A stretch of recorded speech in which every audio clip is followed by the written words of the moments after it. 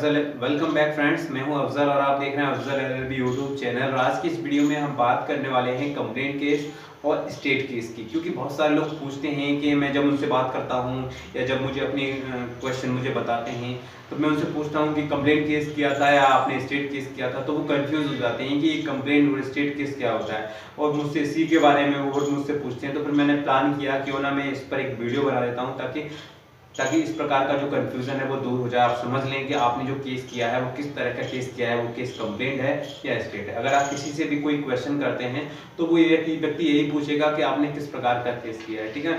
समझ लीजिए, वैसे जो मैं आपको ये क्रिमिनल संबंधी केस बता रहा हूँ या दीवानी भी इसमें जोड़ देता ताकि किसी प्रकार का कोई कन्फ्यूज़न ना रहे। अगर कोई व्यक्ति, समझ लीजिए, सबसे पहले मैं आपको स्टेट केस के बारे में बता रहा हूँ ताकि किसी प्रकार का कोई कन्फ्यूज़न ना रहे।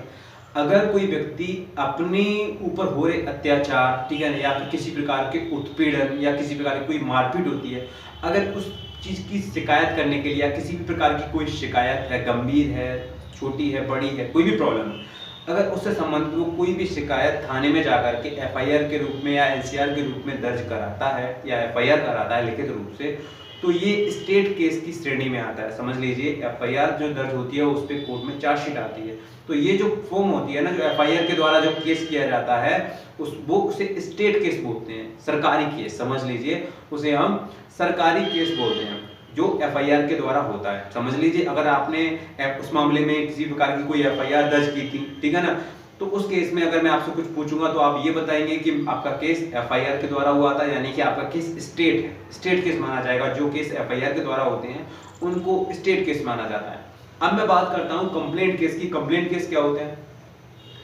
कभी कभी क्या होता है कि आप एफआईआर कोर्ट थाने में गए लेकिन पुलिस वालों ने आपकी बात नहीं सुनी या आपकी बात नहीं सुनी और किसी भी प्रकार से आपकी एफआईआर दर्ज नहीं किया, एनसीआर आपकी दर्ज ही नहीं। उस केस में आप कोर्ट जाएं, एक अच्छे वकील के द्वारा आप कोर्ट के द्वारा कंप्लेंट केस फाइल कर सकते हैं, ठीक है ना। कंप्लेंट केस का मतलब ये होता है कि कोर्ट के द्वारा कोई केस करना है। यहाँ पर कंप्लेंट केस करेंगे तब आप एक वकील को, ठीक है ना, वकील के द्वारा जाएंगे, वकील के द्वारा कोर्ट में अपनी बात रखेंगे, मजिस्ट्रेट के सामने अपनी प्रॉब्लम बताएंगे। मजिस्ट्रेट को लगता है कि हाँ, इनके ऊपर कोई किसी प्रकार का उत्पीड़न, किसी प्रकार की नाइंसाफी हुई है क्राइम के संबंध में, तो उस केस में आपके केस को वो एज ए कंप्लेंट ट्रीट कर लेगा।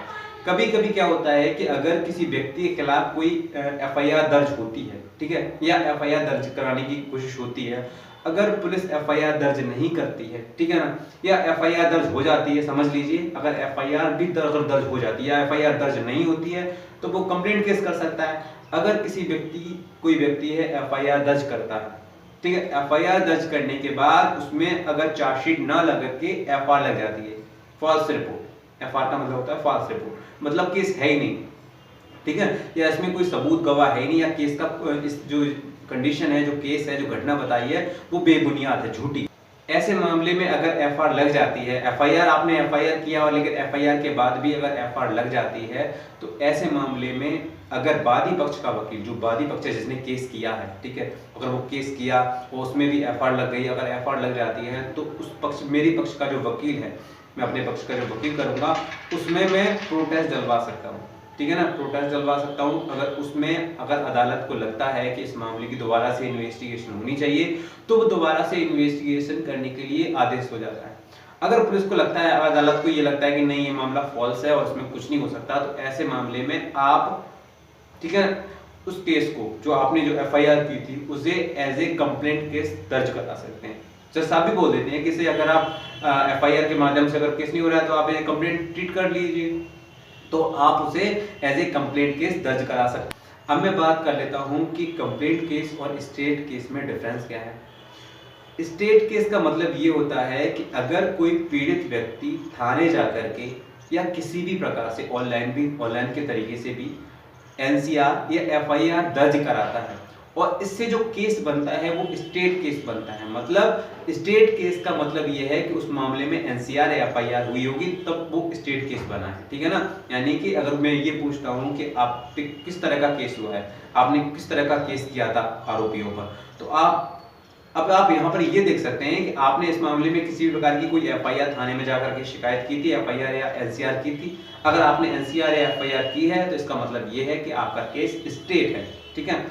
दूसरी बात, अब मैं बात कर लेता हूं कंप्लेंट केस की। कंप्लेंट केस का मतलब ये होता है कि अगर अगर कोई पीड़ित व्यक्ति थाने न जा करके डायरेक्ट वो एक वकील के माध्यम से मजिस्ट्रेट के सामने बयान देता है कि मेरे ऊपर फलाने फलाने व्यक्ति ने ये अपराध किया या मेरे साथ मारपीट की, तो बयानों के आधार पर जो केस दर्ज होता है, ठीक है ना, वो कंप्लेंट केस कहलाता है। इसे कौन कौन दर्ज करता है? इसे मजिस्ट्रेट दर्ज करता है। समझ लीजिए, कंप्लेंट केस को मजिस्ट्रेट दर्ज करता है, ठीक है, इसे मजिस्ट्रेट केस दर्ज करता है। अब मैं पहला अंतर तो ये हो गया, ठीक है ना, कंप्लेंट केस जो होता है वो मजिस्ट्रेट यानी कि कोर्ट के द्वारा फाइल होता है, और जो स्टेट केस होता है वो एफआईआर या एनसीआर के द्वारा थाने से या फिर पुलिस के माध्यम से फाइल होती है, ठीक है ना।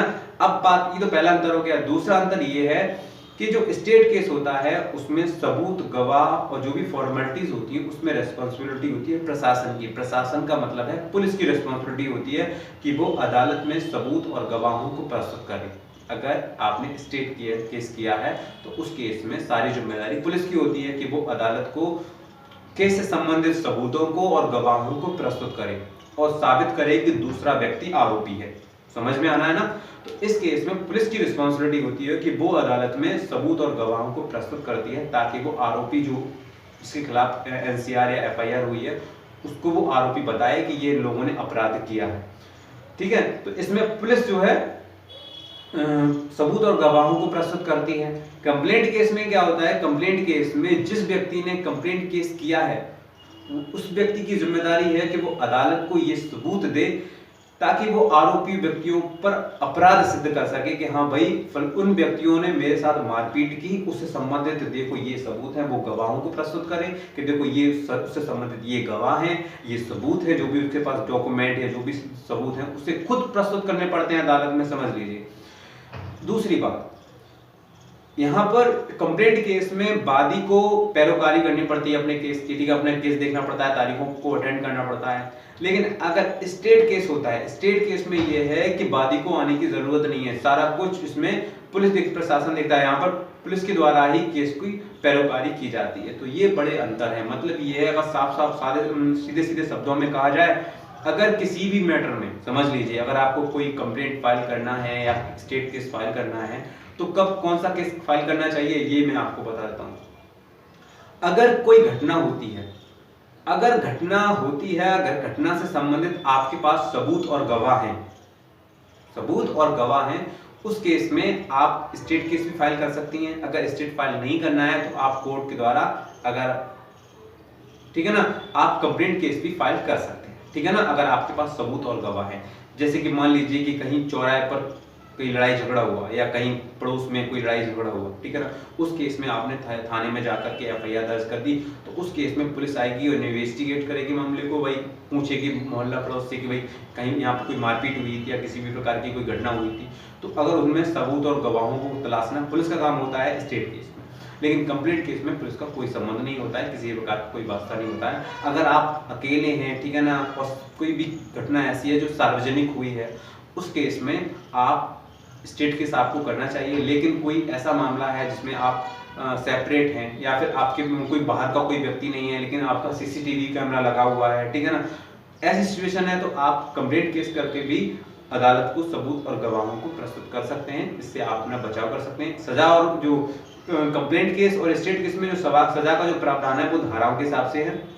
अगर 323 के तहत अगर आपने देखा जाए एफआईआर की है तो उसमें जो सजा है वही कंप्लेंट केस में अगर 323 आपने दर्ज की है तो उसमें सजा का जो सेम है वो सेम प्रोसीजर रहता है, उसमें कुछ नहीं होता है, बस सबूतों का अंतर होता है। अगर आप स्टेट केस कर रहे हैं तो आपको पुलिस आपका केस की सारी पैरोकारी जो होती है वो पुलिस करती है, और आप कंप्लेंट केस कर रहे हैं तो सारी पैरोकारी आपको करनी होती है। तो ये पूरा प्रोसेस होता है, ताकि बहुत सारे लोग ऐसे लोग थे जिन लोगों ने मुझसे ऐसा क्वेश्चन पूछा था कि ये क्या होता है कंप्लेंट केस, ये क्या होता है स्टेट केस। क्योंकि जब मुझसे कोई क्वेश्चन पूछता है तो मैं उनसे पूछता हूँ कि आपने किस तरह का केस किया था, कंप्लेंट केस किया था या स्टेट केस किया था, तो वो कंफ्यूज हो जाते हैं, यही नहीं बता पाते कि उन पर कंप्लेंट केस हुआ है या स्टेट केस हुआ है। तो फिर इसलिए ये मैंने वीडियो बनाया। आशा करता हूँ ये वीडियो आपको पसंद आया होगा। अगर वीडियो से रिलेटेड कोई भी कंफ्यूजन है तो आप मुझे कमेंट बॉक्स में बता सकते हैं। चलिए मिलता हूँ एक नई वीडियो के साथ, तब तक के लिए गुड बाय।